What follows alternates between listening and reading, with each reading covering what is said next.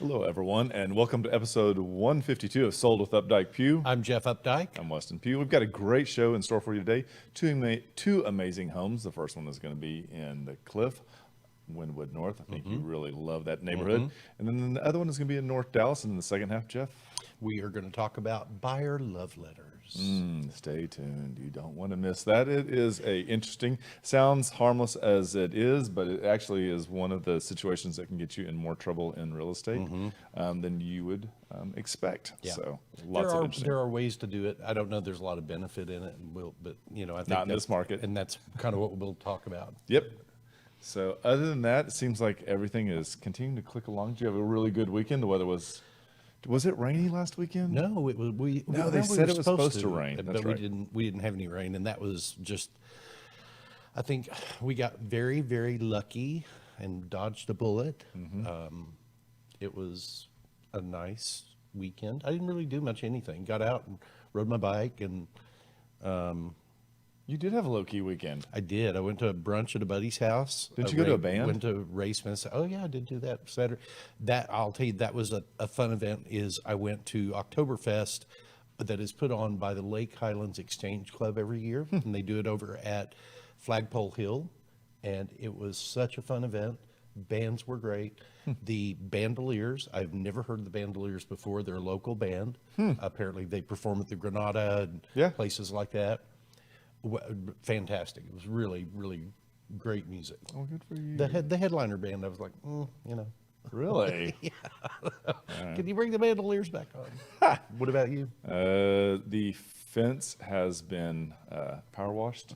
That's a pain. I do not like doing that. Stain's going to get bought. Now I got to do that. I don't want to do that either. Well, at least the weather's nice. I may have a whole different color by next week if we do this.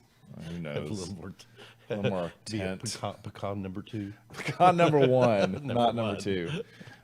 So Cowboys won. It was an easy weekend, I think. That's just the way to say it.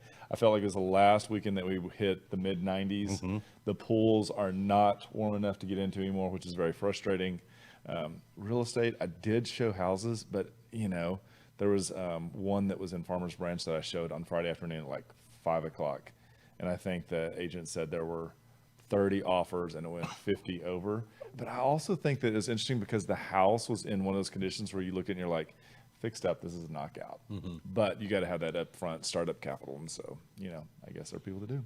We looked at that, we previewed that one over in Casa Linda.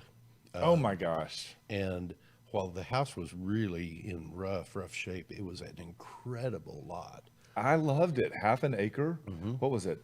What was $565, I think, for the something like that. But again, you look at that, the way that was even configured. You're like the third bedroom and the second bathroom. You had to go outside or through the garage to get to, which was odd.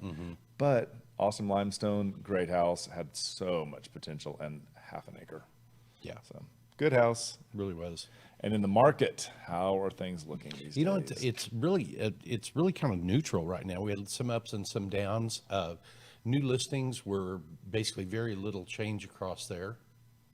And then back on the market, you can see that just inched up, and then also price decreases have also inched up.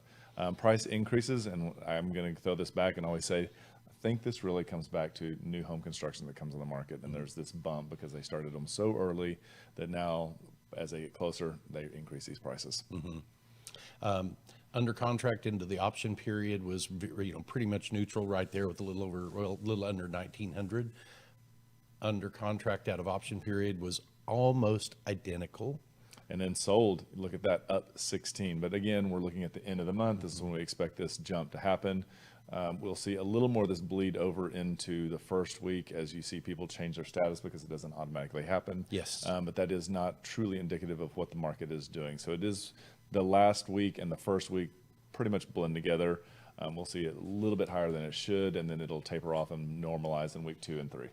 You know, we keep talking about normalizing, and there's nothing normal about the market right now.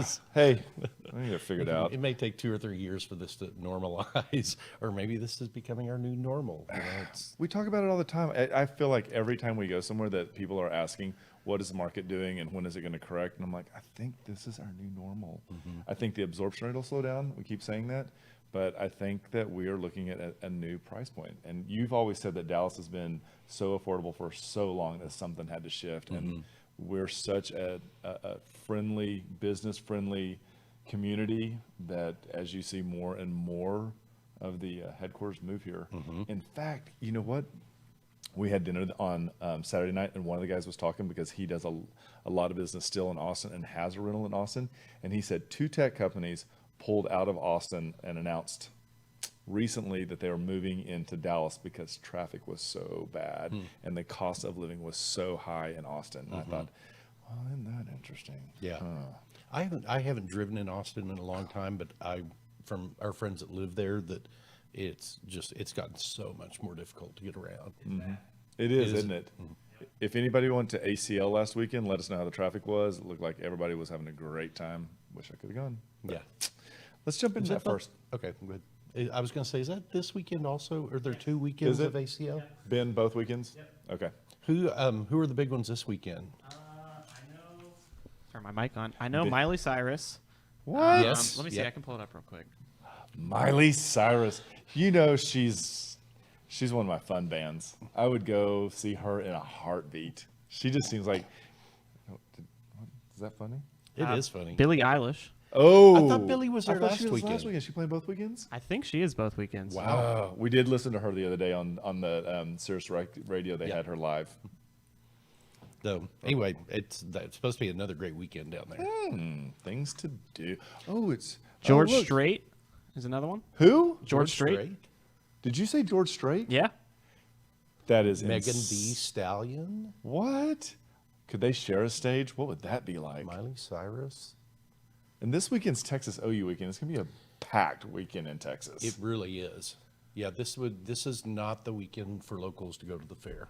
I was gonna say, if you're gonna look at a house this weekend, you need to get to getting because it's about to get crazy in Texas. And we're not going to show you anything over by Fair Park. No. It's just going to be crazy over there. I'll Uber there and meet you. Yeah. Okay, let's jump into our houses now. All right, 506 Woolsey Drive. This is an amazing area, Wynnewood North. If you are not familiar with Wynnewood North, it is one of those neighborhoods that I feel like the homeowners have just claimed, and it continues to just thrive and increase in value down there. It really does. And Wynnewood North is a neighborhood that is about 300 homes. This was all part of an old 850-acre farm that is now, I think Wynnewood North comprises about 120 acres. It is super well buffered from any kind of other neighborhood encroachment because on the east you've got an apartment community that's right there along Zane Boulevard. On the west you have Tyler. On the north you have a creek, and on the south you have Wynnewood Shopping Center. Yep. So super well defined 1950s, 1960s construction houses, really great access. There are some really cool things about the neighborhood. Like you can see the Tyler Vernon Station up there in the map on the upper left-hand side. And one of the really cool things at that Tyler Vernon Station is a mural that was done by an artist named Kyle Steed. And Kyle does some really amazing work. He does commission work. He does this type of work, just really kind of a interesting offbeat type of art. I love it, and I love the color and the way that all of this flows down there. It's really amazing. One of the other things too is this is the area where there's so many great restaurants. Whether you're looking at Lucia, which is just classic, I would say if you're going to Lucia, one of the things you need to do is you need to make reservations. Yes. This is a small restaurant, limited number of seats, but it is so amazing. And I would say call a couple of weeks in advance. Yes. Yeah. If there's Yes. a night you really want to go, call a couple of weeks in advance. This is a plan ahead. This is not a spontaneous typically. And also Nova Dallas. Nova Dallas is one of the great little spots right there off of Bishop, right? Davis Street. Davis. And it's just a great Americana fare, great little bar to hang out, outdoor seating as well, plenty of parking. It just is a really perfect venue and a real good restaurant overall. It really is. They've got great martinis there. Also, one of my favorite restaurants, Gloria's.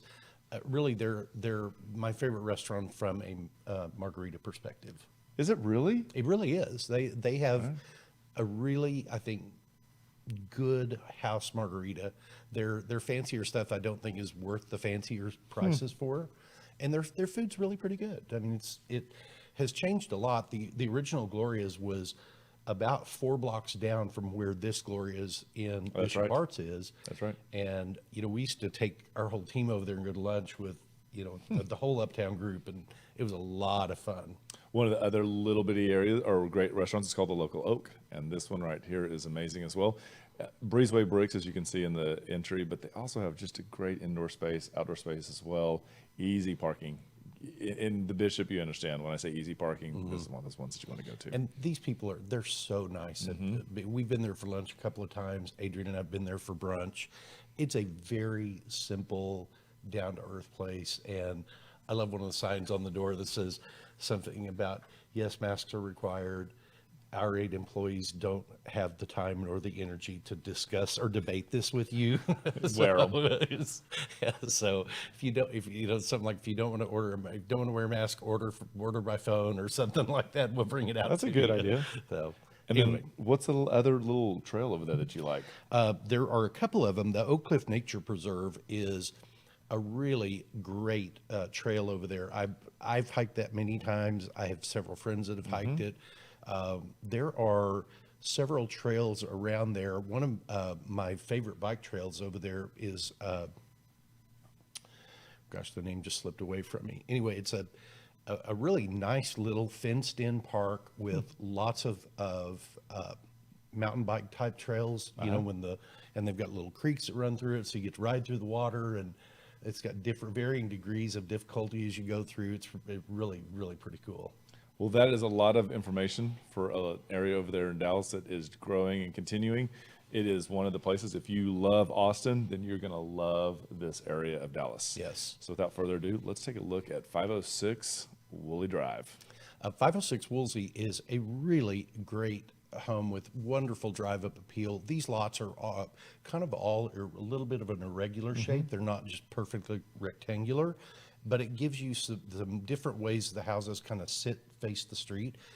This one I like because it's got all the original iron ornate things out on the front porch. And when you walk in, I really feel like these people are using this house correctly. Absolutely. And I love that the fact that in this picture right here, I always say when people look at a dining room and it's not quite as big, they take and turn it into a seating area with 4 leather chairs. They also swiveled. I thought this was very smart. They also left the wall that is between the dining room and the family room. And I thought it was really simple, and I thought that it made a lot of sense here. It was one of the first things I noticed. And what a great kitchen, Jeff. They've expanded this kitchen, and I think did a really great job with it. This is definitely not the original cabinetry.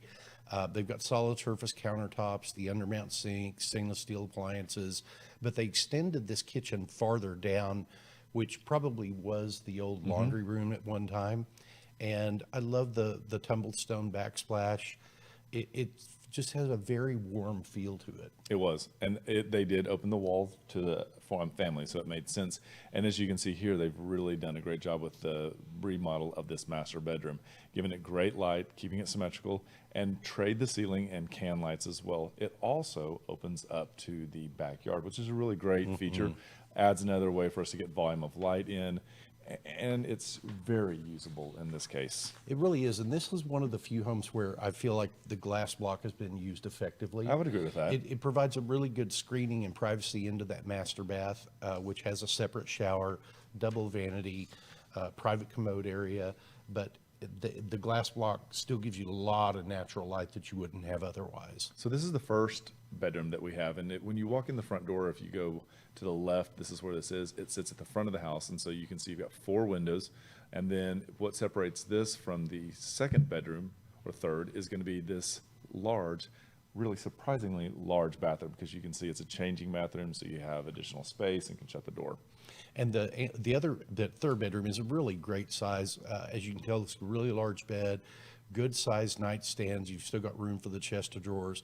And this was the original bathroom, or the original master at one time. And so the bathroom's been renovated with a piece of furniture as the sink and walk outdoors. Yeah, this was a real surprise. And it is a really spacious space. They really pitched this pergola ceiling so that it doesn't feel like it's low. The deck is Trex, and I love that because it doesn't age. And the fence stained perfectly. You've got the outdoor pool space, multiple seating areas, which I think is really important, because I think when you're having entertaining and it's a large group, this allows for people to spread out. Plus, you can really spread out some of the beverages and whatnot. And talk about multiple seating areas. It even has the small private area off to the side that they use with fire pit, gravel base, gets you away from the house, and just really wonderful outdoor living. Yep, so this is 506 Woolsey Drive. It is a 3-bedroom, 3-bath, 2-car carport, actually 3-car carport, Yeah, it built is. in 1954. Little over 2,200 square feet, comes in at $625, which is $278 a square foot. This is an amazing home, and we want to say thank you so much to Susan Melnick for letting us feature the home. If you would like more information about this home, in the comments below, just click on the link. You'll be able to see additional pictures that we didn't use. Scroll into that map and really get a feel for what Wynnewood North is. And if you'd like to see it, let us know. We'd be happy to make that happen. We will. Awesome. What's our number 2 house, Jeff? So our number 2 house is 11202 Northland Circle, and this is in the North Dallas neighborhood. It literally backs up to the North Haven Trail. It does. It has a gate that opens to the North Haven Trail. So for me, that is a huge plus, because we did so much business at the onset of our careers in Uptown, and we saw what the Katy Trail did to all of the values up and down. This is another one of those value adds that you really don't think about, because walking out to a trail that I would say from end to end, you say is an hour and 15 minutes. That's a really great cardio workout to have access to, and there's really no excuse at that point. So enjoy it. Yes, absolutely. And this is a cul-de-sac street. There's a lot of new construction going on right there at the corner of North Haven, but they are, gosh, I'm going to estimate, $2 million, $2 million plus homes that are being built right there at the entrance to the street. And it's going to do nothing but help this neighborhood. You've got such great access to the Dallas North Tollway by going down to the Royal Lane entrance. You can get on going north or south there. Royal and Forest are both those streets that go literally from one side of Dallas to the other side of Dallas. So any kind of east-west access that you need is there instantly. And can you tell I'm hungry, because I'm going to tell you about Prince Italia. I love this place. It is a great quick restaurant right there on the corner of Preston and Royal. They do an excellent job. Their bolognese is spot on, as are their pizzas. But I'm just going to tell you right now, this is one of those quick, easy, amazing restaurants. Jump in and enjoy. And this is all in that Preston Royal area. Preston Royal Shopping Center is right there. You've got great grocery stores. You've got nail salons. You have all kinds of really great restaurants available to you. So anything that you need is just within 4 or 5 blocks. Absolutely. And okay, so I'm still hungry, so I'm going to tell you about Eatsy's. Eatsy's is a staple in Dallas. If you're not from here, this is an amazing place. They have so much prepared food that is high quality, whether you're eating from the hot bar, the sushi, homemade salads and sandwiches. It is a staple in Dallas. It cut its teeth in Uptown. And I have to say that it is used probably as much as any restaurant in Dallas there is. It really is. And they've got, good cold food, good hot food, anything you need in a hurry for a picnic, it's right there. A picnic, that's an interesting way. They also do Friday night pizza night, which is really cool. Pizza and wine to go. Yep. And the last restaurant I want to tell you about there is somewhere that we lunch at occasionally, and it's called Royal China. And this has one of the best homemade, handmade noodles And dumplings. And dumplings that are just out of this world. The guy that makes them, he stands at the noodle bar and bangs them out on the countertop. It is really amazing. I will say this much. It is also a destination on some Sunday evenings. I do not know why. I don't know if nobody wants to cook in that area, but if you go on Sunday from, I would say 5:30 till 8:30, it is packed and it is a wait. But Wow. it's worth it. So the house, getting back to that, at 11202 Northland Circle is a really great drive-up appeal. Sits way back on the lot. You've got this really great front yard. I can just imagine everybody getting out in the front yard, hanging out, meeting all the neighbors, having just a glass of wine hanging out there in the Adirondack chairs. It's a cul-de-sac. It's perfect. You come inside and they've done a great job of lifting the ceiling and creating that center beam. That is such a focal point, an architectural element that the house needed. And they've done a really clean renovation as well. So it's really bright, white, and you can see how the rooms flow together. And I think that's really important because so many of today's buyers want to have that dining room to the kitchen to the family room, just because I think so many of us now entertain often that it just makes more sense. And it also allows more generations to enjoy. It really does. And that dining room table is pushed off a little bit. You've really got a large room. And then that opens into this office area, which has new windows that face out onto the eastern side of the house. So you get really good morning light on that side. Yeah, and the other thing too is if it's not an office that you need to be, this is an easy way to make retrofit into a bedroom, and then it'd be a 4-bedroom. One of the things they also did, they vaulted the ceiling in the master. And I love this because, again, we get that volume. These are elements that we find so often in new homes, and it's a great way just to bump up the value and the wow factor of this home. Double sinks in the master, double mirrors. It's really outfitted just perfectly. You have the sculptured tub. And then you've got what we call the car wash shower. I love them. I do too. You walk in one side and walk out the other. And you're done. Clean as a whistle. Ancillary bedrooms on this are both really good size.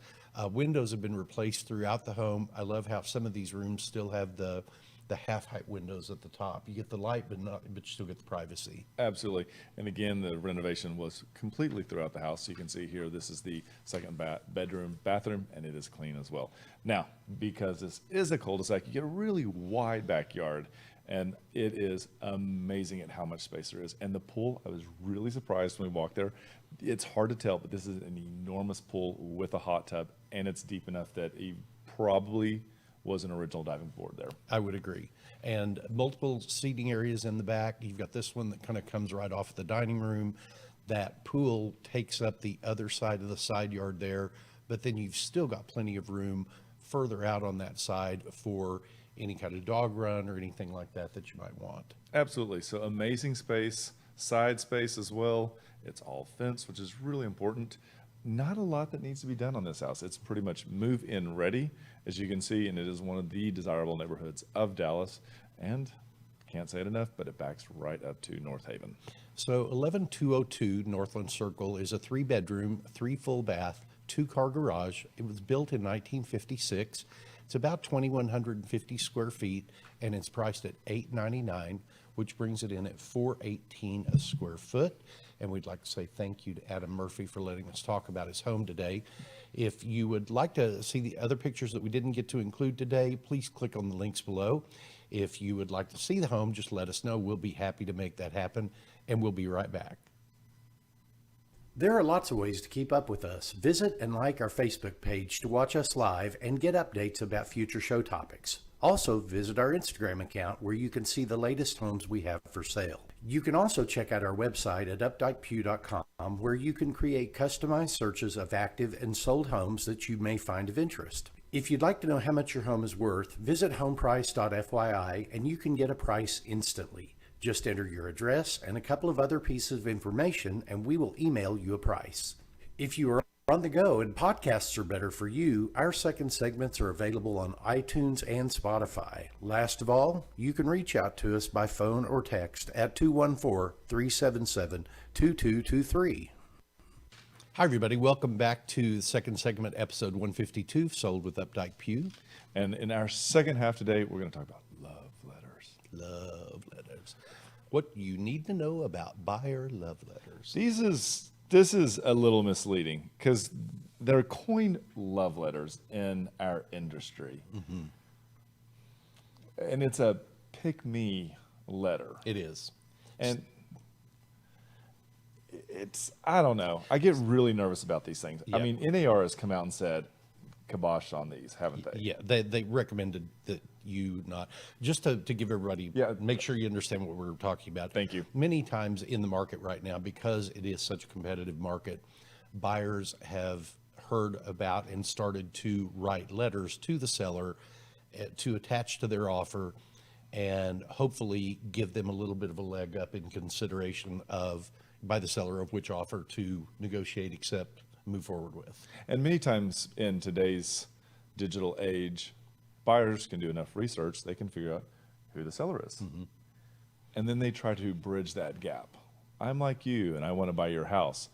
But the problem therein is that begins to violate fair housing. It could. Yes, it could. It could put the seller in a position where they unknowingly violate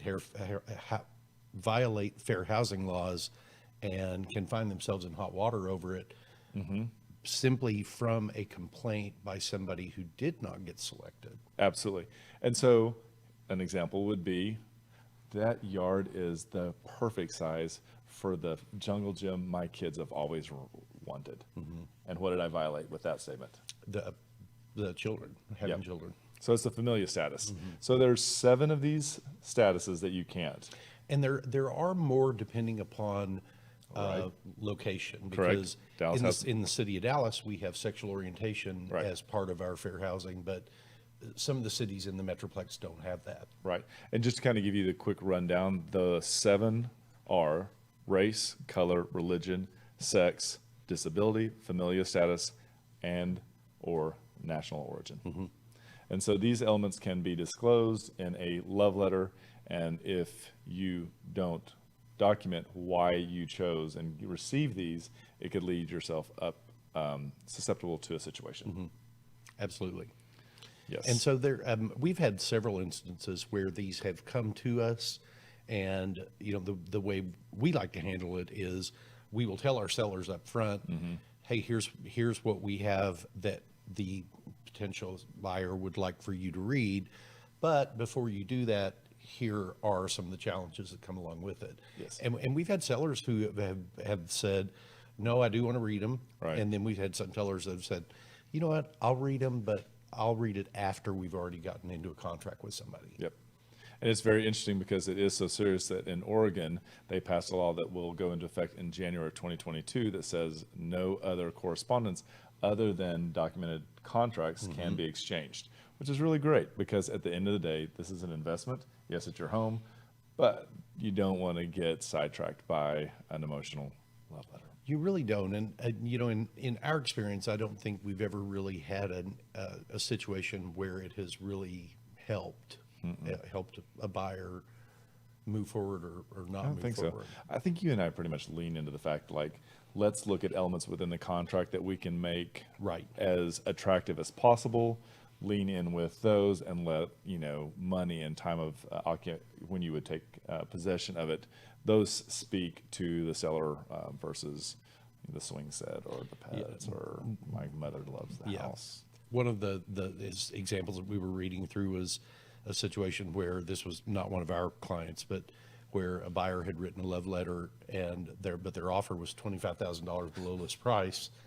And, the seller had multiple offers that some were apparently at list price and above, but the buyer still wanted to do it to see if that would have any sway. And it just doesn't make sense. And so love letters, let your contract do the talking.